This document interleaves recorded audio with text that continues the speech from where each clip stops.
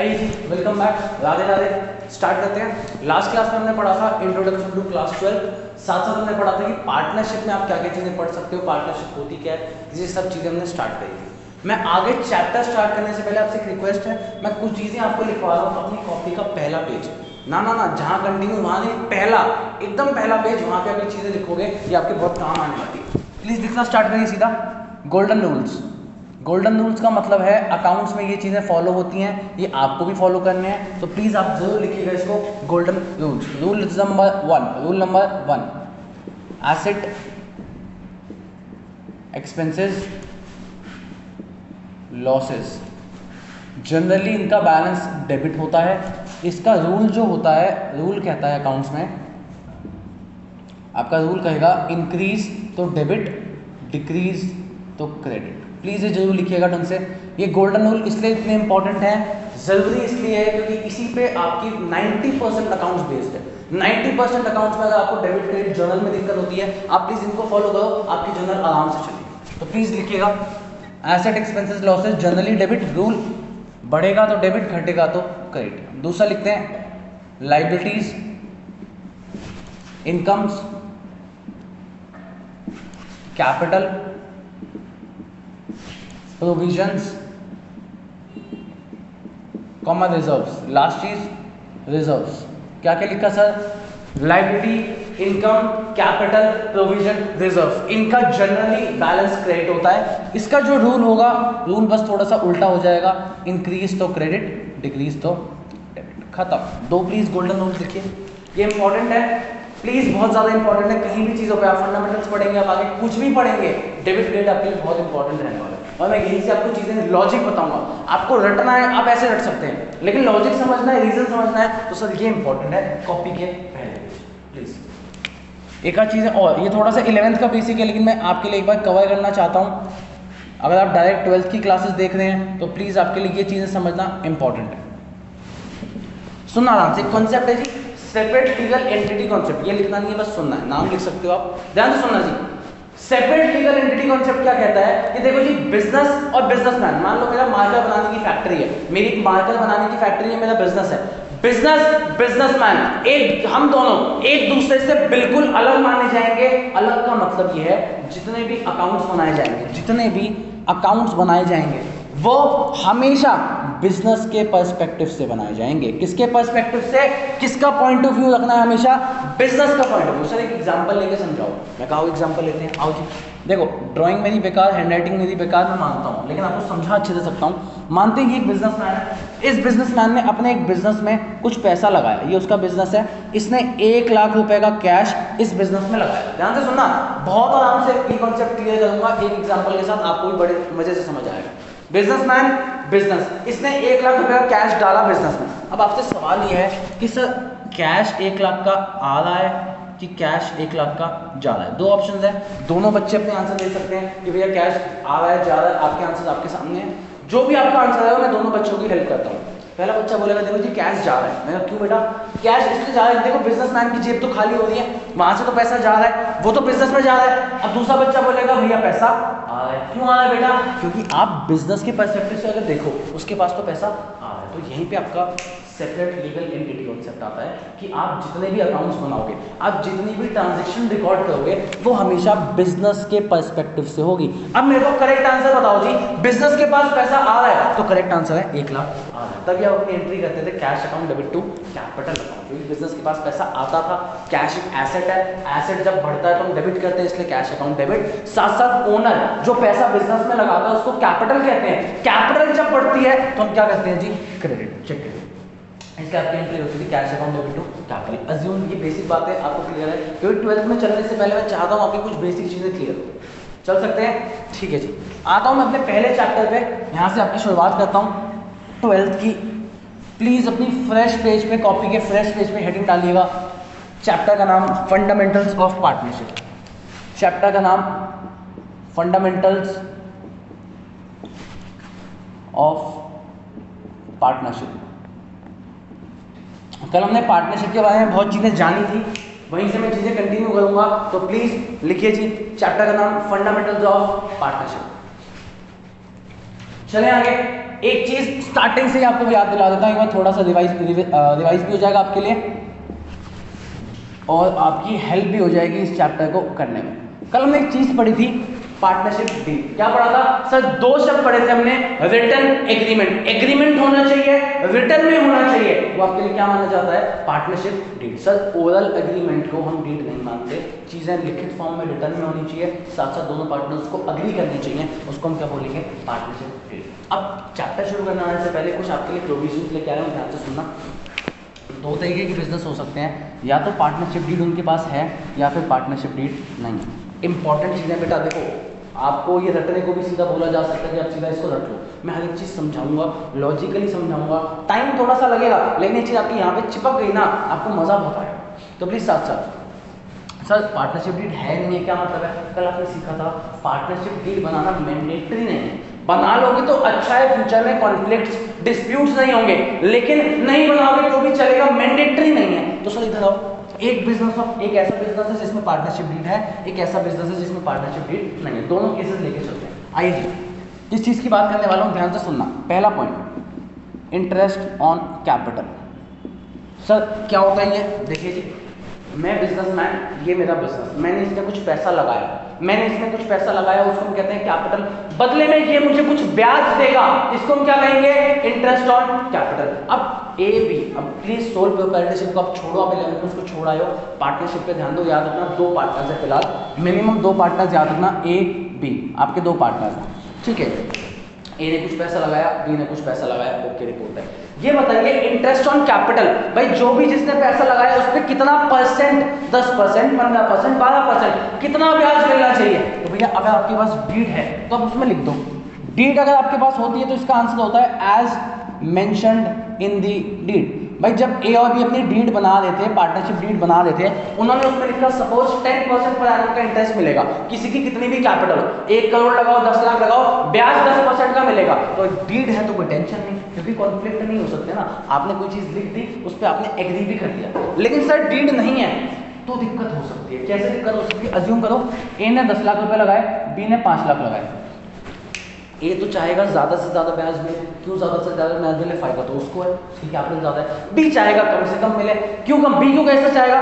भैया हम अपनी भलाई से पहले दूसरों की बुराई जरूर सोचते हैं कि ए को ज्यादा नहीं मिलना चाहिए, ए को फर्म से ज्यादा पैसा मिल गया तो प्रॉफिट डिक्लाइन हो जाएगा, प्रॉफिट कम हो जाएगा, तो बी चाहेगा कम से कम मिले, तो यहाँ पे उनकी लड़ाई हो जाएगी। लड़ाई होगी तो भैया डिस्प्यूट के लिए पार्टनरशिप एक्ट 1932 बीच में आता है, वो कहता है या तो डीड बनाओ, जो इंटरेस्ट मैं 10%, 12%, 15%, 20% लिख लो, कोई दिक्कत नहीं, तुम दोनों ने एग्री कर लिया, रिटर्न एग्रीमेंट। भैया दो शब्द है यहाँ पे, रिटर्न एग्रीमेंट, तुमने एग्री कर लिया रिटर्न में, कोई दिक्कत नहीं। लेकिन अगर तुम्हारे पास डीड नहीं है, डीड नहीं होने के चक्कर में आपको कितना इंटरेस्ट देना पड़ेगा? Interest on capital 0। Interest on capital कितना देना पड़ेगा? 0। आइए जी अगली चीज पे चलते हैं। इंटरेस्ट ऑन कैपिटल आपको समझ आया, सेकंड चीज देखते हैं, interest on drawings. Sir interest on drawings होती क्या है पहले तो ये बताओ, ध्यान से सुनना। इंटरेस्ट ऑन ड्राइंग्स क्या होती है? ये बिजनेसमैन, हम रेगुलर अपना खर्चा, घर का खर्चा चलाने के लिए इससे कुछ पैसा निकालते हैं, इसको हम ड्राइंग्स कहते हैं। पर्सनल यूज के लिए कोई भी चीज है उसको हम क्या कहते हैं? ड्राइंग्स। बदले में मुझे इसको ब्याज देना पड़ता है, ऐसा क्यों? सर वो बिजनेस है, वो कहता है देखो तुमने मुझे पैसा दिया कैपिटल, तुम उस पर ब्याज लेते हो ना? बिल्कुल लेता हूँ। तो अगर तुम कुछ पैसा ड्रॉ करते हो उस पर तुम ब्याज दो, उसको हम क्या कहते हैं? Interest on drawings. इसकी भी एक परसेंटेज होती है, 5-6% ड्राइंग्स का, 10%, 12%, जितना भी परसेंट हो। यहाँ तो आंसर, अगर आपके पास डीड है तो आपका आंसर सेम रहने वाला है, as mentioned in the deed. Deed में लिख दो, ए और बी तो पार्टनर्स हैं, उन्होंने डीड में लिख दिया कि भैया इंटरेस्ट ऑन ड्राइंग्स, कोई भी पार्टनर कितना ड्रॉ करे हम 5% पर एनम का इंटरेस्ट ऑन ड्राइंग्स लेंगे, ठीक है जी, लिख दो, कोई टेंशन नहीं। लेकिन अगर डीड नहीं है तो आपका आंसर फिर से क्या रहने वाला है? 0। क्यों? अगर ए की ड्राइंग ज्यादा है, वो कहेगा नहीं आईओडी कम हो ताकि ए को कम पैसा देना पड़े, बी कहेगा नहीं ए की ड्राइंग ज्यादा है, हम तो आईओडी ज्यादा लेंगे, तो लड़ाई हो सकती है। लड़ाई कॉन्फ्लिक्ट नहीं करानी तो पार्टनरशिप एक्ट 1932 क्या कहता है? 0। कुछ मत, या तो डीड में लिख लो, देखो 0 में इसलिए बोल रहे हैं, डीड में लिखो ना, तुम्हें लेना है लो डीड बनाओ, लिखो 5%, 6%, 8%, नहीं है कुछ भी तो प्लीज 0, खत्म। अगली चीज पे आता हूं, salary comma commission to partners. अब देखो आपने इतनी बिजनेस पढ़ी है कि एक एक्टिव पार्टनर होता है, एक वर्किंग पार्टनर, डोमिनेंट पार्टनर, बहुत सारे पार्टनर्स होते हैं। जो एक्टिव पार्टनर होता है वो कहता है यार मैं 2 साल के बिजनेस चलाता हूँ तो मुझे सैलरी मिलनी चाहिए। ठीक है जी, पार्टनर सैलरी विड्रॉ कर सकते हैं, ठीक है। सैलरी या कोई कमीशन मिलना चाहिए, कोई पार्टनर काम करके देता है, वो कहता है मैं एक काम करके दूंगा, 1 करोड़ की सेल करके दिखाऊंगा तो मुझे इसमें 5% का कमीशन देना। ठीक है, salary to commission, partner to commission, sorry उल्टा, salary to partners, commission to partners. ठीक है, ये दोनों चीजें पार्टनर्स को मिलनी चाहिए। तो यहाँ पे भी आपका रूल सेम है, डीड में लिख दो। क्या लिखता है डीड में? कोई भी एक्टिव पार्टनर होगा उसको 10,000 पर मंथ की सैलरी मिलेगी, कोई भी पार्टनर इतनी सेल्स करेगा उसको 5% का कमीशन मिलेगा, कोई भी, चाहे वो ए हो चाहे वो बी हो। डीड में लिखो इस चीज को।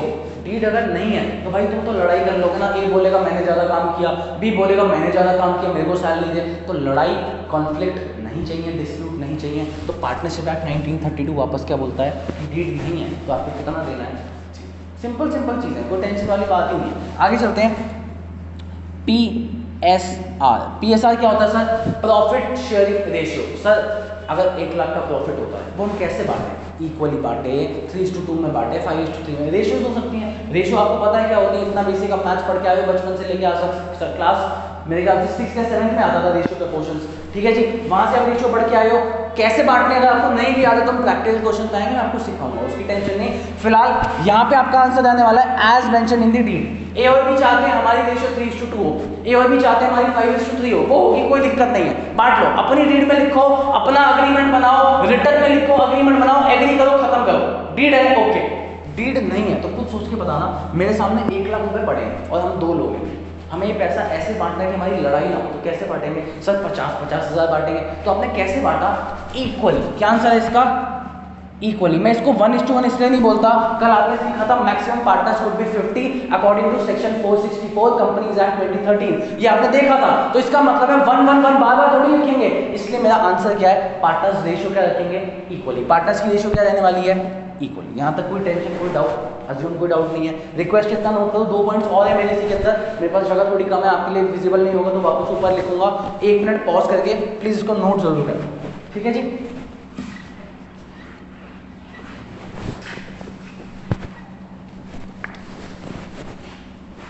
लास्ट पॉइंट पे आता हूं जी, interest on loan. Interest on loan 2 type के होते हैं, एक होता है पार्टनर टू फर्म, एक होता है फर्म टू पार्टनर। ध्यान से सुनना, आराम से, बढ़िया पॉइंट्स हैं, कुछ बढ़िया सिखाऊंगा आपको, ध्यान से सुनना, फोकस। सर लोन कैसे आया? मैं कहा देखो ऐसा है, ये बिजनेस है, ये बिजनेसमैन है, मैंने इसमें जो पैसा लगाया उसको कैपिटल कहते हैं। अब बिजनेस को ना और पैसे की जरूरत है, बिजनेस चाहता है यार 1-8 लाख रुपए और चाहिए, थोड़ा एक्सपेंशन करना है। हम दोनों पार्टनर्स कैपिटल मनी और इन्वेस्ट नहीं करना चाहते, क्योंकि एज हम ओनर्स हैं, ओनर का पैसा डूब सकता है, रिस्क होता है बिजनेस में, आपने पढ़ा है, ओनर कहीं भी पैसा लगाएगा तो पैसा डूबने का चांस है। इसके बदले मैं सोच रहा हूं कि मैं बिजनेस को लोन दे देता हूं। आगे नेक्स्ट क्लास में आपको एक चीज सिखाऊंगा, charge against profit, appropriation against profit, बढ़िया टॉपिक है, उससे चीज और समझ से आएगी। पहले फिलहाल ट्राई करता हूं। आइए, मैंने इस बिजनेस को लोन दिया, मैंने इसको लोन दिया, बदले में कहा कि तू मुझे इंटरेस्ट दे। भाई लोन दे सकता हूं मैं बिजनेस को एज एन इंडिविजुअल, मैं बिजनेस में पैसा भी लगा सकता हूं एज एन ओनर कैपिटल, लेकिन एज एन इंडिविजुअल मैं इस बिजनेस को लोन भी दे सकता हूं। तो ठीक है, मैंने लोन दिया, पार्टनर ने फर्म को लोन दिया, पार्टनर टू फर्म, पार्टनर ने फर्म को लोन दिया, इस पे पक्का क्या मिलना चाहिए? इंटरेस्ट मिलना चाहिए। तो देखो यार आपको इतनी चीज समझ आ गई, यहाँ पे तो आंसर आपका सेम रहने वाला है, as mentioned in the deed. आपकी डीड में लिखा होगा कि कोई भी पार्टनर अगर कभी फर्म को लोन देता है, एनी पार्टनर ABCD कोई भी पार्टनर अगर कभी फर्म को लोन देता है, पार्टनर टू फर्म, उस पे इंटरेस्ट ऑन लोन कितना रखना चाहिए? 10%, 12%, 15% लिखा होगा, और सब पार्टनर्स ने एग्री कर लिया, रिटर्न एग्रीमेंट, डीड, कोई दिक्कत नहीं। लेकिन अगर डीड नहीं है तो सर 0 नहीं। यहाँ पे पार्टनरशिप एक्ट 1932 कहता है 6% पर एनम, ये आपको याद रखना है। देखो बेटा एक चीज सिंपल बताता हूँ, मैं आपको हर एक पॉइंट का लॉजिक बता रहा हूँ, आपके 10-12 मिनट वेस्ट नहीं हो रहे हैं, यूटिलाइज हो रहे हैं, क्योंकि आपको चीज सीख रहे हो, दिमाग में बैठा रहे हो। मैं रटने को दे सकता था, बेटा 6 पॉइंट रट लो, एज मेंशन 000 इक्वल आपकी रेशियो 6% पर एनम, ये रटने को क्यों नहीं दे रहा? मैं चाहता हूँ बच्चा एक चीज समझे, जब वो चीज समझेगा ना उसका दिमाग चलेगा और वो इंटरेस्ट लेगा सब्जेक्ट में। हाँ भैया लॉजिकल तो सही है, लॉजिकल चीज है तो क्यों रटवाना? अब देखो इस चीज को बच्चा बोलेगा 6% ही क्यों? देखो बेटा एक चीज है, लॉ जब ड्राफ्ट होता था, लॉ लोग जब बनाते थे तब उन्होंने इसमें 6% पर एनम लिख दिया था, लिख दिया, आप लॉ को नहीं छेड़ सकते ना। आप बोलोगे ऐसा क्यों? तो मैं आपसे एक सवाल पूछता हूँ, रेड लाइट पे हम रुकते हैं, ग्रीन पे चलते हैं, ऐसा उल्टा क्यों नहीं कि रेड पे चले ग्रीन पे रुके? सर ये तो लॉ है, उसमें लिखा हुआ है, रूल्स है। तो वैसे ये पार्टनरशिप एक्ट 1932 एक लॉ है, एक रूल्स है जिसमें लिखा हुआ है। तो आपको बस याद रखना है कभी भी इंटरेस्ट ऑन लोन, किसकी बात करी मैंने, partner to firm, partner firm को देता है। अगर डीड है तो कोई टेंशन नहीं, एज मेंशन, डीड नहीं है तो 6% पर एनम का ब्याज है। यहाँ तो उसके उल्टा लोन पे आते हैं फर्म टू पार्टनर। ध्यान से सुनना, ये फर्म है, ये पार्टनर। मैं थोड़ा गरीब पार्टनर हूँ, दिखे रहा होगा आपको हाल शक्ल से, ठीक है, गरीब पार्टनर हूँ, तो मेरे को क्या है, कुछ पैसों की जरूरत है, तो मैंने अपने बिजनेस से कुछ लोन, बिजनेस में अच्छा खासा पैसा है, कैश का अच्छा फ्लो है बिजनेस में, मैंने कहा 1 लाख का लोन बिजनेस में मैं उठा लेता हूँ। तो यार एक बात बताओ, बिजनेस बोलेगा जब तू मेरे को लोन देता है, जब तू मेरे को लोन देता है तो तू मेरे से ब्याज लेता है? हाँ भाई। अब बिजनेस कह रहा है जब मैं तुझे लोन दे रहा हूं तो तू भी तो मेरे को ब्याज दे, करेक्ट है। इसको हम क्या बोलेंगे, interest on loan firm to partner. Firm ने पार्टनर को लोन दिया है, उस पर कितना ब्याज, देखो यहाँ आपका आंसर सेम है, as mentioned in the deed. Deed में लिख दो, डीड में लिख दिया, काम खत्म। यहाँ पे सर क्या है, यहाँ पे 0। सर ऐसा क्यों, वहां 6% पर एनम, यहाँ 0? क्योंकि बेटा आपका जो पार्टनरशिप एक्ट 1932 है, इसमें ऐसा कोई रूल है ही नहीं कि फर्म टू पार्टनर, इसमें हम कितना ब्याज देंगे, उसमें कुछ लिखा ही नहीं है, तो हम क्या मानेंगे, 0। जब कुछ है ही नहीं रूल बुक में तो हम कुछ नहीं कर सकते, हमें क्या मानना पड़ेगा, 0। प्लीज इन पॉइंट्स को नोट करिए, कोई भी डाउट हो वीडियो वापस पीछे जाकर उसको समझिए, कोई टेंशन वाली बात नहीं है। अज्यूम आप सबको यहाँ तक चीजें समझ आ रही है, बढ़िया चल रहा है। आई थिंक को नोट करिए फटाफट, पॉज करके प्लीज नोट कर लेना, मैं आगे चलता हूँ। अब आपके लिए कुछ बढ़िया चीज लेके आता हूँ, चैप्टर पे आते हैं अपने, फंडामेंटल्स ऑफ पार्टनरशिप। बड़ा चैप्टर है, बढ़िया चैप्टर है, चैप्टर आसान है, 2-3 पॉइंट मुश्किल भी आएंगे, लेकिन हर मुश्किलों को आगे बढ़ते बढ़ते हम इस चैप्टर को बढ़िया से खत्म करेंगे। आइए जी, इसमें सबसे पहले मेरे को आपको एक चीज सिखानी है, P&L appropriation account. P&L appropriation account. Sir trading P&L तो हम सुन के आए हैं 11th में, ये P&L एप्रोप्रिएशन अकाउंट क्या होता है, ये किस बला का नाम है, तो चल ये भी सीखेंगे, कोई टेंशन तो है नहीं। ये सिखाने से पहले मेरे को आपको कुछ चीज़ें समझानी है। देखो कोई नहीं समझाता, मेरे को पता है, चलो आपके टीचर्स अच्छे हैं, सारे टीचर्स अच्छे होते हैं, सब बढ़िया पढ़ा रहे हैं, कोई दिक्कत नहीं, लेकिन वो चाहते हैं कि आप हम सीधा अकाउंट बनाएं, हमारा भी टाइम बचे, आपका भी टाइम बचे, लेकिन मैं आपका टाइम वेस्ट नहीं करूंगा, कुछ अच्छी बात बताऊंगा, आपको मजा आएगा। ध्यान से सुनना, आपने लास्ट ईयर एक ट्रेडिंग अकाउंट बनाना सीखा था जहाँ से जीपी निकल के आता था। सर ग्रॉस लॉस भी तो हो सकता है, वो छोड़िए, फिलहाल के लिए assume करते हैं आपका जीपी आया आगे। फिर आप बनाते थे P&L अकाउंट, वहाँ से आता था नेट प्रॉफिट। जिनको 11 थोड़ी बहुत भी याद है उनको ये चीज़ अच्छे से समझ आ रहा है।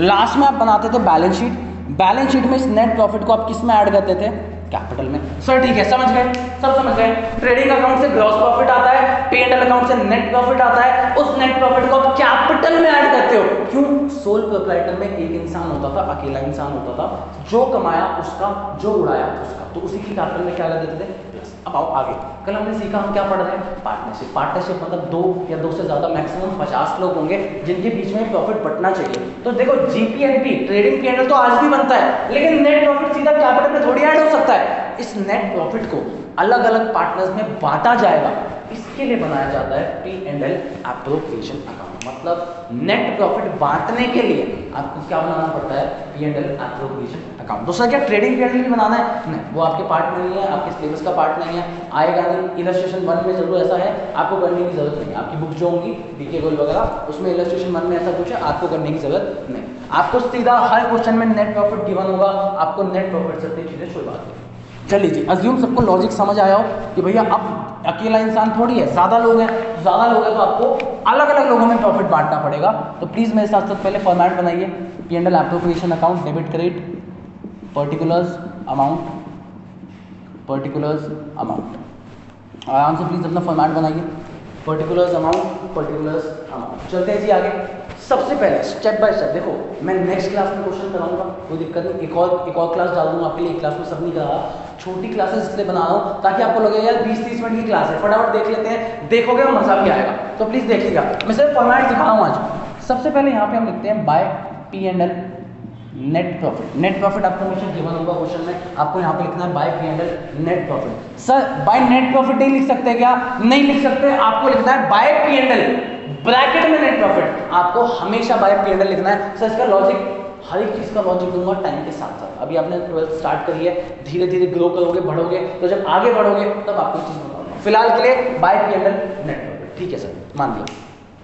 अगली चीज हम पार्टनर से क्या चीज लेते हैं, इंटरेस्ट ऑन ड्रॉइंग्स लेते हैं। Sir capital, interest on capital को देना पड़ता है, पार्टनर्स को मिलता है, सैलरी पार्टनर्स को मिलती है, कमीशन पार्टनर्स को मिलता है, सब कुछ पार्टनर्स को मिलता है। बिजनेस के लिए एक्सपेंसेस है, बिजनेस के लिए एक्सपेंस है, एक्सपेंस जब बढ़ता है तो क्या कहते हैं, डेबिट। और ऐसे इनकम, इनकम क्या है, हम बिजनेस को, बिजनेस में हूं, ये बिजनेस है, इसको क्या मिलेगा, इसको इंटरेस्ट ऑन ड्रॉइंग्स मिलेगा पार्टनर से। करेक्ट है, इतना आप 11th में पढ़ के आए हो, नहीं आए तो वापस समझ लो।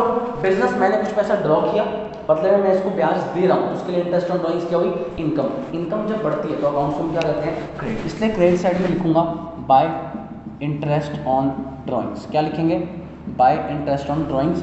अज्यूम करते हैं दो पार्टनर्स ए बी, यहाँ पे उनके अमाउंट आएंगे, दोनों का जो सम टोटल होगा वो बाहर की साइड। सर ये क्या करा रहे हो, थोड़ा समझ कर आ रहा है, कोई दिक्कत नहीं, आप फॉर्मेट बनाओ स्टेप बाय स्टेप। देखो स्टार्टिंग की 15 मिनट की क्लास में समझ आई, लास्ट की 5 मिनट हर क्लास में कुछ ऐसा छोड़ के जाऊंगा जो अगली क्लास में आके उसका प्रैक्टिकल क्वेश्चन कराऊंगा, तब आपको मजा आएगा। तो फिलहाल के लिए आप प्लीज मेरे साथ फॉर्मेट बनाइए, by interest on drawings. By में सिर्फ 2 ही चीजें आती है, इसके अलावा कुछ नहीं आता। अब आते हैं ध्यान से, एक एक चीज, बिजनेस का मैंने इसमें पैसा लगाया, बदले में ये मुझे ब्याज देगा, इसको हम क्या कहते हैं, इंटरेस्ट ऑन कैपिटल कहते हैं। जी बिल्कुल, इंटरेस्ट ऑन कैपिटल बिजनेस दे रहा है तो बिजनेस के लिए एक्सपेंस है, और आपने गोल्डन रूल्स अभी लिखे, एक्सपेंस बढ़ता है तो क्या कहते हैं, डेबिट। तो प्लीज टू साइड में लिखिए, टू इंटरेस्ट ऑन कैपिटल्स। क्या लिखना है, टू इंटरेस्ट ऑन कैपिटल्स। देखिए एक चीज है, मैं थोड़ा INT डॉट लगा रहा हूँ, आपको पूरा लिखना है इंटरेस्ट ऑन ड्रॉइंग्स। मैं पास आउट हूँ, मैं 12th पास आउट हो चुका हूँ, तो प्लीज मैं ये सब, मेरे को ये सब अलाउड है, मैं टीचर हूँ, मेरे को ये सब अलाउड है, आपको प्लीज पूरा लिखना। हाँ आप अपनी नॉर्मल प्रैक्टिस करते हो तो उसको आप IOC भी लिख सकते हो शॉर्ट में, टू IOC बाय IOD चलेगा, लेकिन बोर्ड्स के टाइम पे, पेपर के टाइम पे आप प्लीज पूरा लिखिएगा। ठीक है जी, आगे चलते हैं। वही दो पार्टनर्स ए बी, यहाँ पे आएगा उन दोनों का अमाउंट, यहाँ पे दोनों का सम टोटल बाहर की साइड लिखेंगे। ठीक है जी, ऐसे ही to salary A B, please साथ साथ लिखते जाइए। टू कमीशन, पार्टनर्स को कोई भी कमीशन दिया जाएगा, वो भी बिजनेस के लिए एक्सपेंस है, क्योंकि बिजनेस से पैसा जाएगा, एक्सपेंस बढ़ता है तो जी हम क्या कहते हैं, डेबिट। टू कमीशन आ गया। ठीक है, एक पॉइंट अभी लिखवा रहा हूँ, ये पॉइंट अभी नहीं सिखाऊंगा, हर एक चीज का लॉजिक दूंगा टाइम आने पे, आप बिल्कुल टेंशन मत लीजिए, लॉजिक सारे मेरे पास है, आपको भी दूंगा। फिलहाल के लिए बस लिखिए to donation slash general reserve, to donation slash general reserve. Sir ये क्यों लिखा, देखो ये 3 तो समझ आ गए। कैसे समझ आए कि बिजनेस को ये पैसा देना पड़ेगा पार्टनर्स को, तो इसके लिए एक्सपेंस है, ये भी तो सर एक्सपेंस हुआ, लेकिन इसके लिए एक अच्छी चीज है, आपको सिखाऊंगा नेक्स्ट क्लास में, पक्का आपको सीखने को मिलेगा। फिलहाल के लिए लिखिए, लास्ट में आता है to net divisible profit. Last में क्या आएगा, to net divisible profit A B. Sir एक बात बताइए, आपने जनरल रिजर्व डोनेशन में तो ए बी नहीं लिखा, तो एक बात बताओ, जब तुम किसी को डोनेशन देते हो, डोनेशन मतलब किसी बाहर वाले को कुछ पैसा देना, दान करना, ए और बी को थोड़ी मिलेगा, वो तो किसी बाहर वाले को मिल रहा है। जनरल रिजर्व भी क्या चीज होती है, 11th वालों को थोड़ा याद है, नहीं याद तो सबको मैं सिखाऊंगा। जनरल रिजर्व एक गुल्लक होता है। गुल्लक का मतलब क्या है, आप पैसा सेव करते हो, भाई मम्मी पापा भी सेव करते हैं, बिजनेस में भी हम पैसा सेव करते हैं कि फ्यूचर में आगे चल के इस पैसे की जरूरत पड़ सकती है, उसको मैं एक अलग जगह पे रख देता हूँ, इसको जनरल रिजर्व कहते हैं। इससे भी बिजनेस का पैसा एक बार के लिए कम होता है। क्यों कम होता है, बिजनेस के लिए एक्सपेंस क्यों माना गया, देखो आप बिजनेस से कैपिटल से पैसा निकाल के, जो उसकी डेली वर्किंग कैपिटल है, जो भी उसका नेट प्रॉफिट है, वहां से पैसा निकाल के आप अलग से रख रहे हो। क्यों रख रहे हो, ताकि आगे जब कभी दिक्कत आए वो पैसा काम आए, इसलिए जनरल रिजर्व भी इसके लिए एक्सपेंस है। इसके और अच्छे रीजन है मेरे पास, मैं बिल्कुल आपके लिए लाऊंगा नेक्स्ट क्लास में। फिलहाल तो यहाँ पे आप देख रहे हैं last format, to net division profit, दोनों का टोटल इक्वल, ऑब्वियसली लेजर ये भी, तो दोनों के टोटल क्या होंगे, इक्वल। प्लीज इतनी सी रिक्वेस्ट है, इस क्लास को रिवाइज करके अपनी नेक्स्ट क्लास देखिएगा। Thank you so much, Radhe Radhe, मिलते हैं आपसे नेक्स्ट क्लास में।